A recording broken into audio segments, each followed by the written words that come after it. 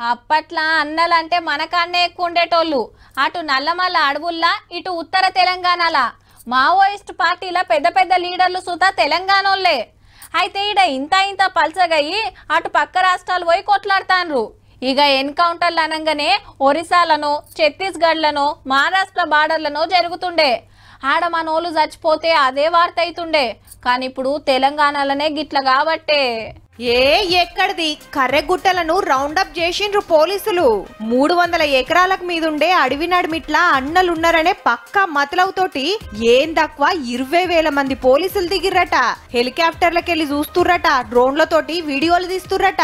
పెద్ద పెద్ద తుపాకులు, బాంబులు గుర్తుపట్టే మిషన్లు పట్టుకొని అడవిని జల్లడబడుతున్నారు అన్నల కోసం. ఆల్రెడీ కాల్పులు అయితేనే ఉన్నాయి. కొందరు నక్సలైట్లు కాలం చేసిండ్రనే ముచ్చట బయటకొచ్చినా ఎవ్వరికి లేరుగా చెప్తలేరు. తోపు లీడర్ హిడ్మా ఆయన దళం ఈ అడవులకు వచ్చింది, అందుకే గిన్నిగనం బలగాలు దిగినాయి అంటాండ్లు. కర్రెగుట్టలు మన ములుగు జిల్లాకు అటు ఛత్తీస్గఢ్ కు నడుముంటాయి. సెంటర్ పోలీసులు ఛత్తీస్గఢ్ పోలీసులే ఉన్నారు. మనకేం సంబంధం లేదని మన పోలీసులు చెప్తున్న మాట.